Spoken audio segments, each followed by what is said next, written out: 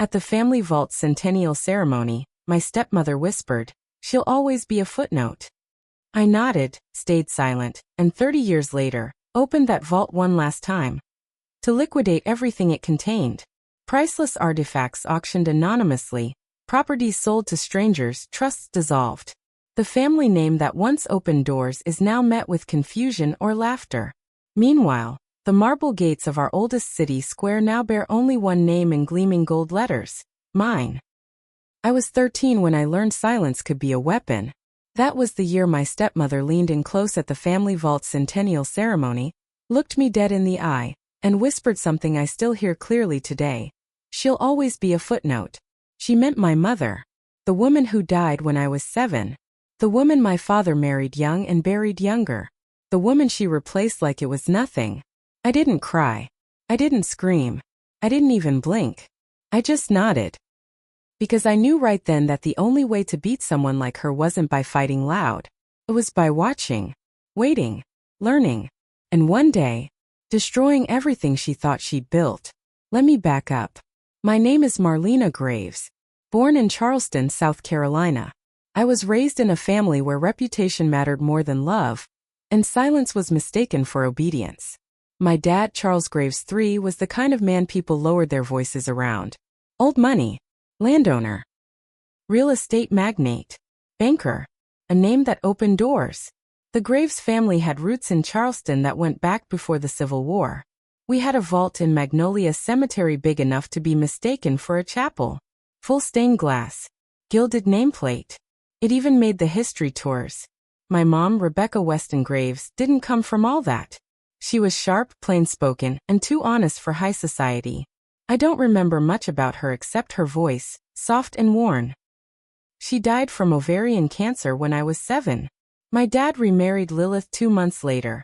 She was 27. She had a Miss South Carolina smile, and a way of speaking that made people think she was nicer than she was. She cried louder than I did at my mom's funeral. I still remember her white gloves.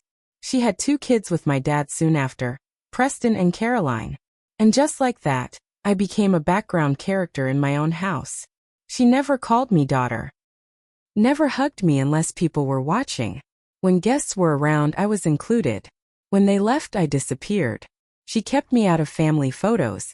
She made sure I sat at the end of the table. She corrected how I spoke, how I stood, how I looked. "You need to fix your hair, Marlena. Don't slouch like that. You look sloppy. You're so serious all the time. It's off-putting." She said it all with a smile. And my dad? He didn't notice. Or maybe he did, but he chose not to. He was too busy building his empire, shaking hands, donating buildings to universities. The worst moment came when I was 16. We had this massive event to celebrate the 100th anniversary of the Graves family vault. Politicians came. Donors. Local press. It was a whole thing. Catered dinner. Violin quartet. They handed out little books about our family's history, with glossy photos and fake quotes. I stood near the vault after the ceremony, looking at the names carved into the marble. Most of them were men. Businessmen. Some were veterans. A few wives listed underneath like they were afterthoughts. I found my mom's name. It was low, small, not centered like the others. It looked like someone squeezed her in after the fact. That's when Lilith walked up next to me, still in her green silk dress, sipping champagne. She didn't even look at me when she whispered, "She'll always be a footnote." Then she walked off, laughing at something someone said. Like she didn't just spit on my mom's grave. That night, I stared at the ceiling in my room for hours. And I made myself a promise. I wouldn't yell. I wouldn't argue. I wouldn't give her the satisfaction of seeing me mad. I would wait. And I would take everything back. I left home as soon as I graduated. I went to school in Virginia under my mom's last name, Weston. Nobody there knew the Graves family. Nobody looked at me like I was someone's leftover. I studied finance, law, and estate planning. Got internships at small firms. Built quiet connections. I didn't go to the big firms my dad offered. I didn't want to owe him a thing. I learned how trusts worked. How family assets were structured. How to write clauses that favored or cut out people. And more importantly, I learned how to hide money in plain sight. Meanwhile, back home, the family kept up appearances. Preston became a spoiled, useless playboy. Crashed his Porsche, crashed a boat, wrecked 2 engagements. Caroline tried to become an influencer, ended up in rehab 3 times by 30. Lilith floated through social events and charity boards, sipping wine, pretending to be royalty. And me? I watched. Every year, my stepmother sent me a holiday card. Never signed Mom. Just Lilith. Sometimes she included a photo of her, Dad, and the Graves children. Not once was I in them. But I kept everyone. Not out of sentiment. Out of spite. When my dad passed away, I was 40. He died of a stroke. Quick. Clean. At the funeral, Lilith wore all black and crocodile tears. I stood behind her. Nobody asked where I'd been. Most people didn't even remember who I was. She gave me a cold hug and whispered, "Let's try to keep this simple, Marlena. The family doesn't need drama." I nodded. Inside I smiled. Because she had no idea I was the sole executor of his estate. My dad had added me quietly to his legal and financial documents years earlier. Said he wanted someone level-headed to handle the complicated parts. I said yes and stayed quiet. What Lilith didn't realize was that I'd rewritten the script the whole time. Lilith found out I was the executor 2 weeks after the funeral. The lawyer called a meeting at the family estate in Charleston. Long white columned house with a wraparound porch, 3 fireplaces, and 2 mini chandeliers. The house where I used to hide in the attic, because no one ever came looking for me. She walked in wearing her pearls like armor. Preston and Caroline sat on either side of her, both hungover, both acting like they were about to inherit a kingdom. They looked at me like I was the intern. The lawyer cleared his throat and started reading the will. It was short. Everything, and I mean everything, went into a holding trust under my control. Lilith was granted lifetime residence at the Charleston estate. That was it. No liquid assets. No investments.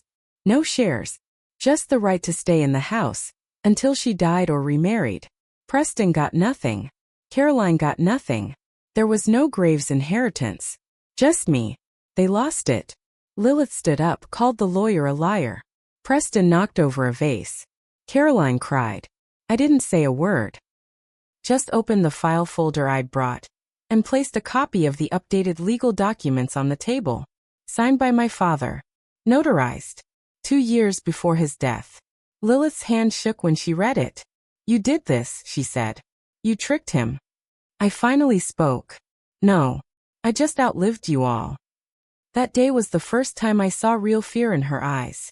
Not the social kind. Not embarrassment. Real slow-building fear. The kind that settles into your bones when you realize you're no longer in control. But that was just the beginning. 3 months after that meeting, I started the asset review.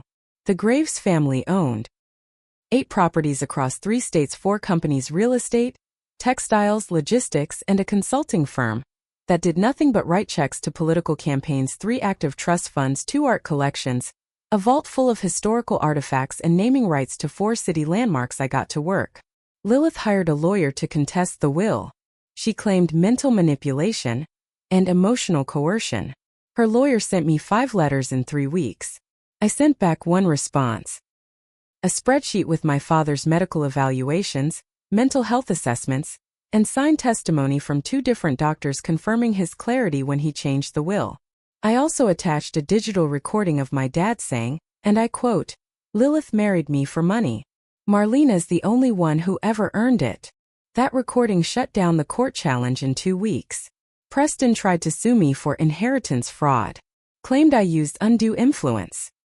I hired a forensic accountant to comb through his finances.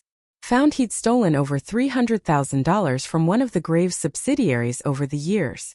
Embezzlement. Falsified expenses. I handed it over to the board. He was arrested 2 months later.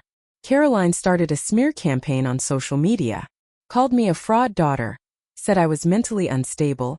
Posted old blurry photos of me looking awkward at family events. I didn't respond. Instead, I reached out to the board of directors for the Graves Charitable Foundation, which she was on. I forwarded screenshots of her posts, flagged them under their code of conduct. She was removed from the board within the week. She spiraled after that. Back to rehab. The vault. That was where I planned the real revenge. It wasn't just a family grave. It was a symbol. A shrine to the grave's legacy. Inside were antique weapons, journals, portraits, even one of the first written land deeds in Charleston. There was a musket from the War of 1812, a locket with a real hair braid, a signed Confederate dispatch letter. All priceless. I emptied it. Quietly. Everything was appraised, cataloged, and shipped off to private auction houses in New York, Dallas, and Los Angeles. I never listed my name as seller. It was done through a shell company tied to a holding firm I controlled under my mother's name, Weston Holdings. Items sold to private collectors and museums. Millions rolled in. I liquidated the companies next. Merged, sold, dismantled. Assets split. Headquarters closed. Employees were given severance. No one else got a cent. The Graves family name, which had once meant access, suddenly meant confusion. People started asking, what happened to Graves and Company? Nobody had a good answer. The final step? The landmarks. The Graves Civic Center, renamed Weston Hall. The Graves Botanical Garden, purchased, renamed after my grandmother. The Graves Children's Library, shut down for renovations. Reopened as the Weston Family Literacy Center. Each renaming came with press releases, ribbon cuttings, and headlines that read Local Benefactor Funds Restoration of Historic Site. No one mentioned Lilith. No one invited Preston. Caroline never showed. The name Graves vanished from Charleston like it had never mattered. Lilith sent me one last letter. Handwritten. On her old engraved stationery. It said, "You win. But this doesn't make you important. It just makes you spiteful." I read it, burned it, and mailed her back a copy of her own words, typed in 20-point font. "She'll always be a footnote." Underneath I added, "You were right. Just not about who." I thought it would be over once I erased the Graves name. I thought selling everything, destroying their reputation, and making the name worthless would be enough. But I didn't expect what came next. There was one thing left I hadn't accounted for. Something buried. Literally. 6 months after the final auction, I got a call from a man named Ellis Pratt, an estate lawyer based out of Savannah. Said he found my number through a legal contact. Said something had come across his desk that I needed to see. I assumed it was another lawsuit attempt. But I flew down anyway. Out of caution. He slid a small envelope across the table. No return address. Inside was a folded, yellowed letter. Dated 1993. My mother's handwriting. I recognized it instantly. It was short. Written in the last weeks of her life. She addressed it to my daughter. "If you ever get this." She talked about the pain. The surgeries. The nights she couldn't sleep because of the chemo. But what stood out was the next part. "I don't trust Charles. I don't trust Lilith. If anything happens to me, you need to ask about the old vault registry. The one your grandfather kept locked in his desk drawer. There's more buried in that place than bones." I froze. I read it 3 more times. Ellis watched me. Said he didn't know what it meant. Just that it came with the deed packet from one of the old Graves properties I'd recently sold. It had been inside a hidden compartment in the back of a filing cabinet. 30 years. And now this surfaces. The hidden registry back in Charleston. I drove to the old estate. Even though I legally owned it, I hadn't stepped inside since Lilith's court loss. She still lived there. She wasn't home. I entered with the keys and walked straight to my grandfather's old study. Smelled like cedar and dust. The kind of room no one updates. The desk was still there. Heavy oak. Locked drawers. I forced the side panel open with a screwdriver. Inside was a wrapped, brittle ledger book, stamped 1960. The title read, "Vault Registry. Private Contents Only." It listed names, items, dates of burial. Most of it was expected. Artifacts, legal papers, family heirlooms. But one entry stopped me cold. 1978 Item 22. Weston Evidence Box, sealed at Charles III request. Contents not to be disclosed without court order. Sealed 5 years before my mom died. Labeled with her maiden name. I had the vault open the next morning. The workers didn't ask questions. I told them I needed to verify historic items for insurance. I watched as they pulled the sealed crate out of the back wall. It was real. Heavy dust-covered, tied shut with rusted wire. Inside, wrapped in oilcloth, were legal files, cassette tapes, and several photos. One of the tapes was labeled. Another one, the photos were worse. Lilith. My father. A man I didn't recognize. In a hotel room. Naked. Hands exchanging what looked like cash. There were dates. One of them was the night after my mom's last surgery. Another was 6 months before my dad and Lilith got married. I sat in the vault on the cold stone floor for almost an hour. I didn't cry. I didn't even feel shocked. Because somewhere deep down, I always knew it. My mother hadn't died peacefully. She'd been erased. I had the tapes converted. My mother's voice crackled through the speakers like it was coming from another world. She talked about how Lilith came around before she got sick. How my father had started disappearing at night. How financial accounts were being moved without her signature. She talked about how one night she caught them in the guest house. She confronted my father. He slapped her. She left with me and drove to her sister's. 3 days later, she got the cancer diagnosis. Lilith moved in that week. The doctors she saw? All recommended by my father. She asked the tape listener to find out if she'd ever really had a fair chance to survive. I hope I'm wrong, she said in the final minute. But if you're listening to this, I probably wasn't. I had everything. The evidence. The photos. The tapes. I could go public. I could go to the police. But I didn't. Because exposing them wasn't enough. I wanted Lilith to feel it. I wanted the truth to do what money couldn't. Isolate her. Strip her soul, not just her house. I didn't go to the police. I didn't sell the story to the press. I did something worse. I buried her with the truth. First, I had the recordings, documents, and photos digitized and copied. I made 6 sets, each in a black envelope with one word written on the front. Witness. Then I mailed them to a few carefully chosen people. Her church pastor, her former best friend, the one she stopped talking to after she married my dad. A historical preservation group she once sat on the board of 2 members of the Old Charleston Women's Club, a local investigative reporter I knew from college, and the lawyer who handled the Graves Foundation estate, the one she'd always bragged about controlling. I didn't include a name. No return address. Just the evidence. The truth. And I waited. The fallout, it started slow. Whispers. Rumors. Then it picked up speed. The church quietly asked her to stop attending. The board memberships? Gone. The ladies' club revoked her honorary status. Her name was wiped from the donor wall. The historical group released a short public statement saying they would be reviewing all donations linked to the Graves family, due to new information. A week later, the Charleston Gazette ran an article on the quiet betrayal behind one of the city's oldest families. It didn't name names, but it gave enough detail for people to figure it out. They used phrases like medical interference, possible inheritance sabotage, and unofficial coercion in estate planning. Lilith went quiet. She stopped showing up in public, stopped calling lawyers. Her world shrank to the size of that cold, empty estate house. And then came the final blow. I sent her one last envelope. Inside was a photo of the new vault plaque. After I uncovered the Weston evidence box, I had the vault redone. New marble, new nameplate. The old one that read Graves Family Vault? Removed. Replaced with a simple, bold inscription. Weston Legacy, Honor, Truth, and Restoration. Below it, 2 names. Rebecca Weston Graves, beloved mother Marlena Weston Graves. Restorer of legacy. No Graves men listed. No Lilith. No Preston. No Caroline. Just my mother. And me. Lilith said she died alone 8 months later. Not from anything dramatic. A stroke in the middle of the night. The maid found her 2 days later. Her funeral was small. No public announcement. Just a plain graveside service.